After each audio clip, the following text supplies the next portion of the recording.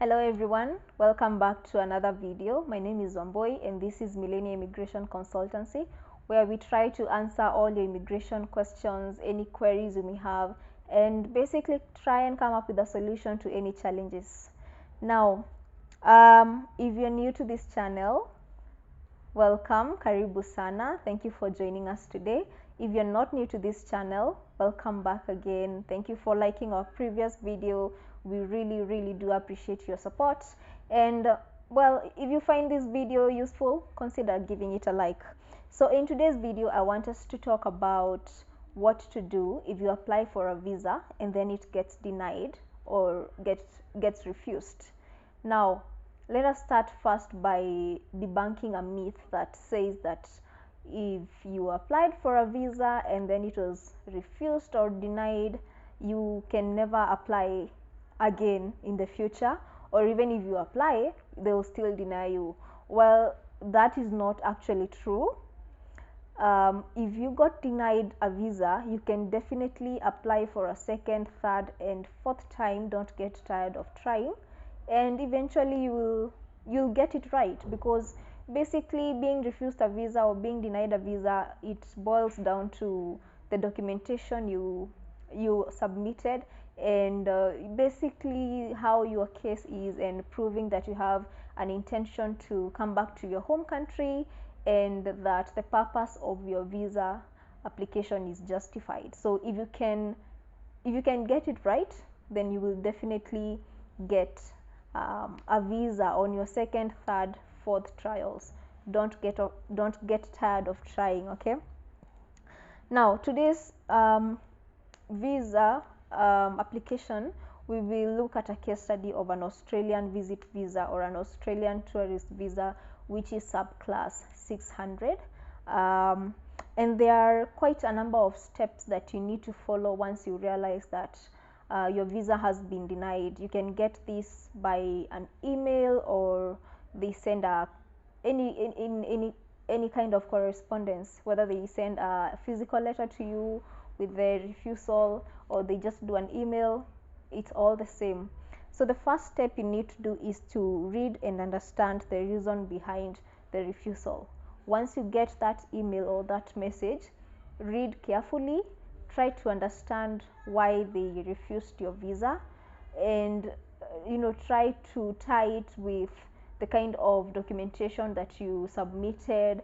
Did you miss something?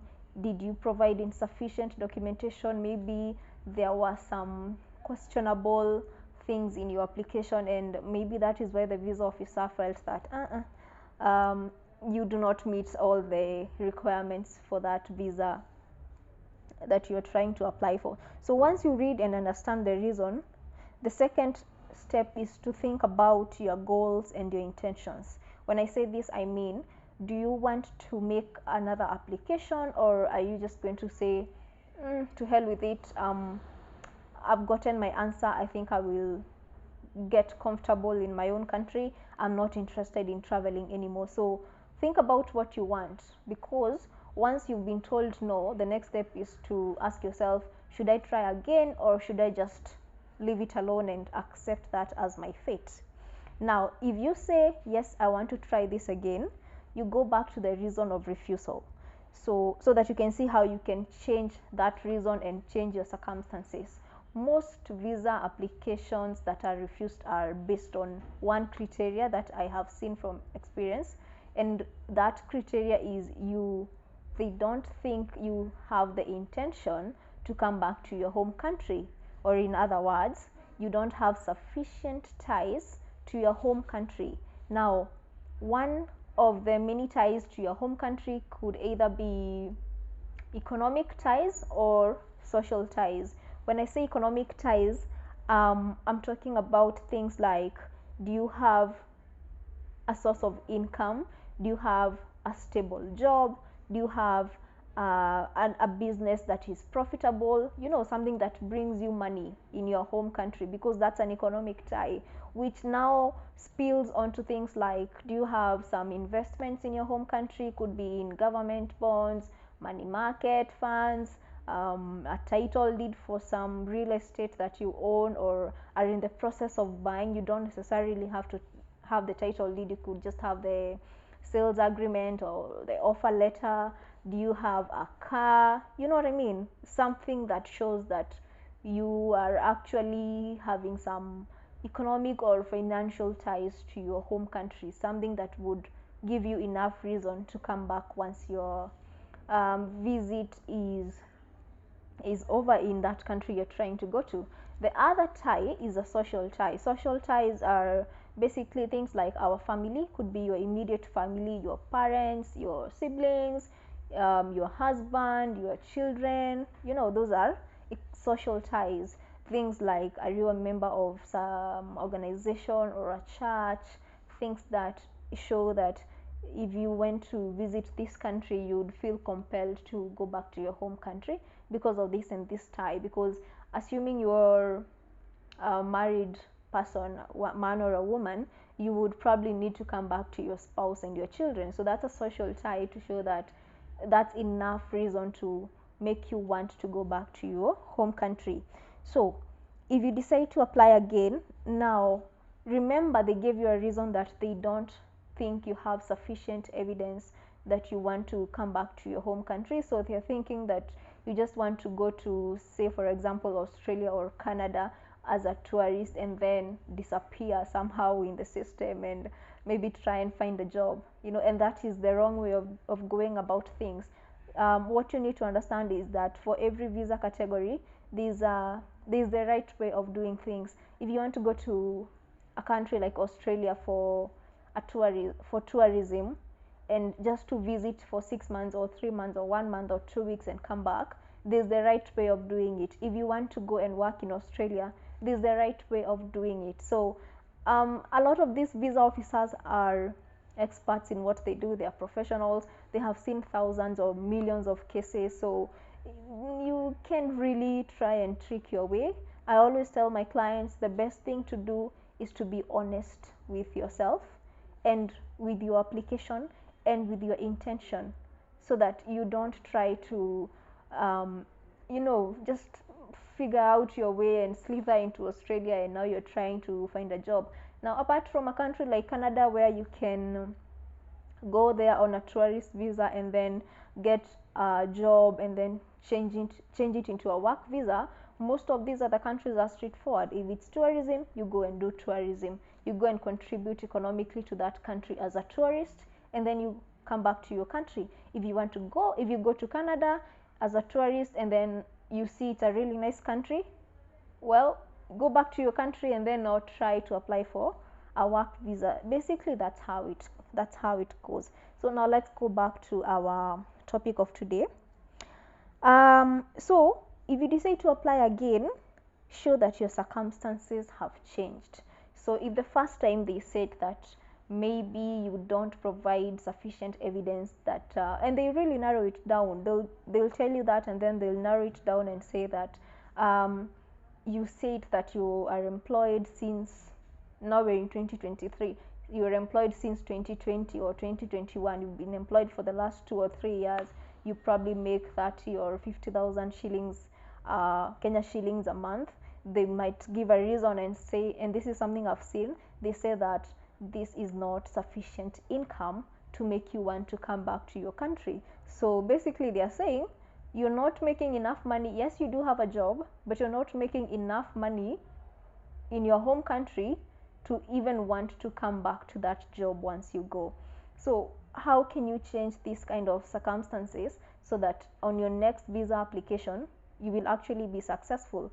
And one thing you can do is take your time, speak to your employer or find another job. Basically the point is get a bigger salary. If they said they don't think you can go to Australia because you're making 50,000 shillings a month, well, I don't know, just try to get a promotion and show that you're now making 100 or 150, because now that is something. Because if you got promoted in your job, you might go to Australia for 2 weeks and then you'll want to come back to your home country to continue with your career because you just got promoted. If they say that you did not provide enough or sufficient documentation, go back to your case, write it down, see how many documents did I present. For example, for the Australian visa application, they give a maximum of up to 60 documents that you can attach. If you only attach 10 documents, surely you have a whole other 50 documents that you can come up with. Put a lot of supporting documents. This is what I want you people to know. In these visa websites, when they tell you these are the requirements for a visa, they don't say, they won't give you each and every document that you could attach. They just give you the general documents, which come to around 10 or 15 documents, and then you think that, oh, that's it. But the truth is, the more documentation you give, the more supporting documents you submit, the better your case. Because a visa application, even for the United States, where we have to go and do an interview, for all these other countries where no one is even going to ask you any questions, if a visa officer is looking at your case and they have even the slightest bit of concern or suspicion or even a question, you know, you won't be there to answer and be like, oh, I'm sorry, I didn't attach this, but this is how my situation looks like. So the moment they even think that this person has not provided all the information, they just deny it. So attach all the documents, even if it's not written in the website or in Google as a requirement. Just present as much information about yourself as possible. Where you were born, you don't just have an ID and a passport as an identification document. There's so many other identification documents. You could also have a driver's license, you could also have an employee card, okay? You could have so many other documents besides your ID and your passport. Where is your birth certificate?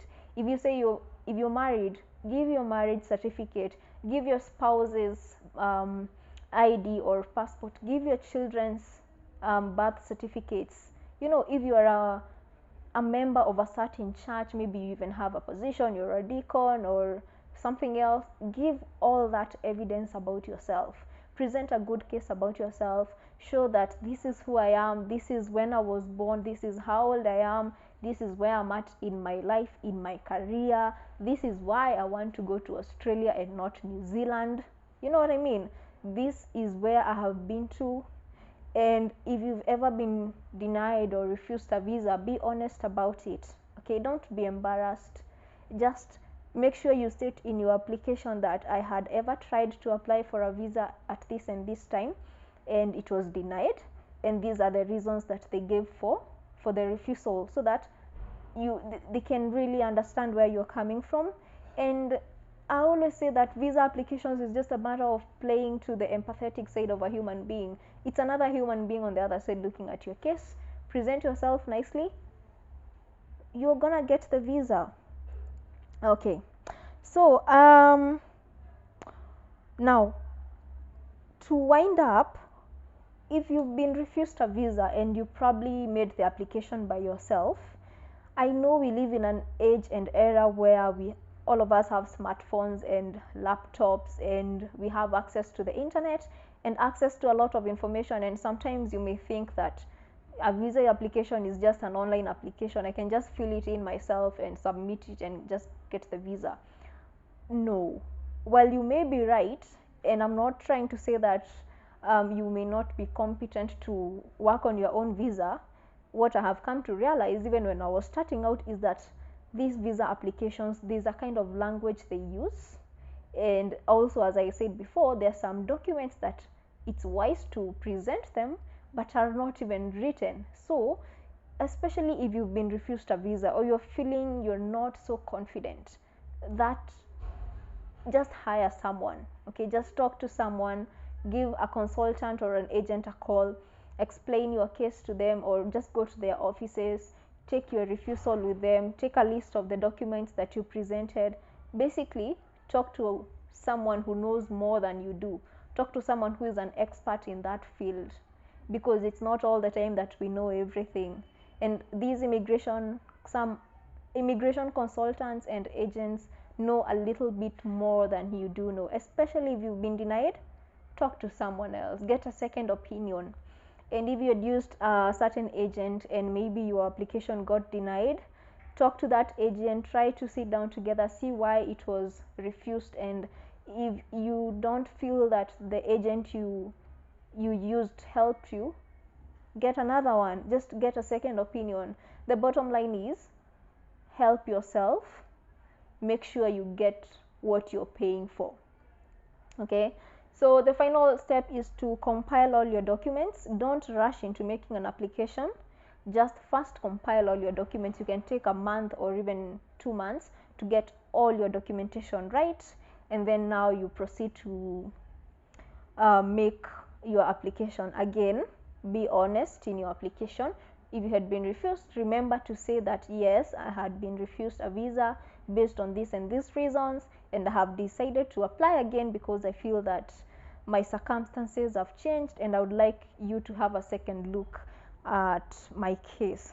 Then pay for the application, attend your biometrics, and that's it. Sit down and pray and hope that you will get a positive response. So before I forget, there's a lot of people who apply for these visa applications, especially for tourist visas to Europe, UK, Canada, Australia, all these countries. You know what I'm talking about if you come from Africa. And maybe you don't really have a formal job, so you don't have an employer or a pay slip. You're self-employed, you're into self-employment. Like a lot of young people nowadays are into self-employment. And now when you're trying to apply for a visa and they ask you for the documentation to prove that you're self-employed, you find that, oh, you don't have this documentation. Let me talk about Kenya because that is where I'm from. A lot of us here in Kenya use M-Pesa statements. And while M-Pesa statements are a great and convenient way for us to transact, M-Pesa statements, one, are encrypted, so that PDF document cannot be opened by anybody else unless they have your password. And when you're trying to apply, this embassy will not even acknowledge or consider your M-Pesa statements because one, they cannot access it. Two, the only language they understand is a bank statement. If you know you're trying to apply for a visa, like I always tell people, if you know you're trying to go to America next year or Australia, just make good arrangements. For example, if you've been using an M-Pesa statement, move back to the old bank accounts. I know a lot of us have shifted from bank accounts to M-Pesa accounts, but if you know you're trying to apply for a visa, move to a bank account, save money there, transact with your bank account so that in the next 6 months your statement is okay, so that by the time you're trying to apply for your visa, you can actually use that bank statement. Don't try to forge bank statements, and agents who tell you that they will create the statements, that don't worry about your bank statement, we will come up with that. Come on, let's just try to do things the right way. Okay, there is always a right way to do something. So forget about those fake bank statements that some agents will sell to you. Get your own bank statement. Just transfer your money to your bank account because you know you're trying to achieve something. Then once you go to Australia or wherever, you can go back to using your M-Pesa statement. After all, just be honest with your process. Okay. And the second thing is, we're talking about a lot of young people in Kenya who are self-employed. Again, I know when you're self-employed, you may not even have all the documentation, but as I always say, there's a right way to do something. If you know you are trying to apply for a visa, get a single business permit, for example, from your county. If you're in Nairobi, Kisumu, Kakamega, from whichever county you come from, get a single business permit. It's only around, I think it's around 4,000 to 10,000 shillings, depending on the size of your business. Go to eCitizen account, register your business, even if it's just a business name. You don't even necessarily have to do the company registration and get the CR12. Just do the business name search, get your certificate, and then get a single business permit, so that by the time you're applying for your visa, even if you sell second-hand clothes or a very, very simple business, you have that documentation. And this is what the embassy wants to see. This is what those visa officers want to see. Okay, so that's the end of our video for today. I hope I have answered a lot of questions you may have. If you have any more questions, our office is at Ngara Road near Equity Bank, Nairobi, and Anpemu House, first floor. When you go to the reception, ask for Amboy. My number is 0708 603007. You can call me anytime. Okay, not anytime, but you know what I mean. So if you have any more questions, just comment on the video. I will try my best to respond to those questions, and if I'm not able to respond to those questions, you can always give me a call. I have an Instagram page in the same name, and TikTok, or a page on Google and on LinkedIn, so you can always reach me. Thank you so much for joining us today, and hope to see you next time. Bye.